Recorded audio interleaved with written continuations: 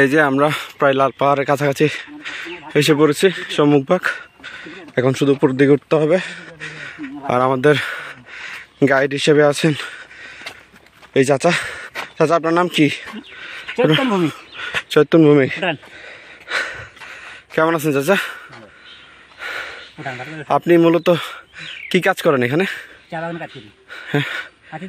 পাতি তৈরি। কিভাবে করেন পাতি তৈরি? এভাবে পাতি তুলেন, ফালান, তারপর ওজন দিয়ে বিক্রি করেন? ওজন দিয়ে কোম্পানি নিয়ে যায়। আপনাদের মজুর কেমন দেয়? 120 টাকা প্রতিদিন? প্রতিদিন মাত্র? কিভাবে চলেন এত কম টাকা দিয়ে? আহারে, হ্যাঁ, মাসে 5 কেজি, সপ্তাহে 5 কেজি আটা দেয় কোম্পানি থেকে। আর কি দেয়? চাল দেয় না।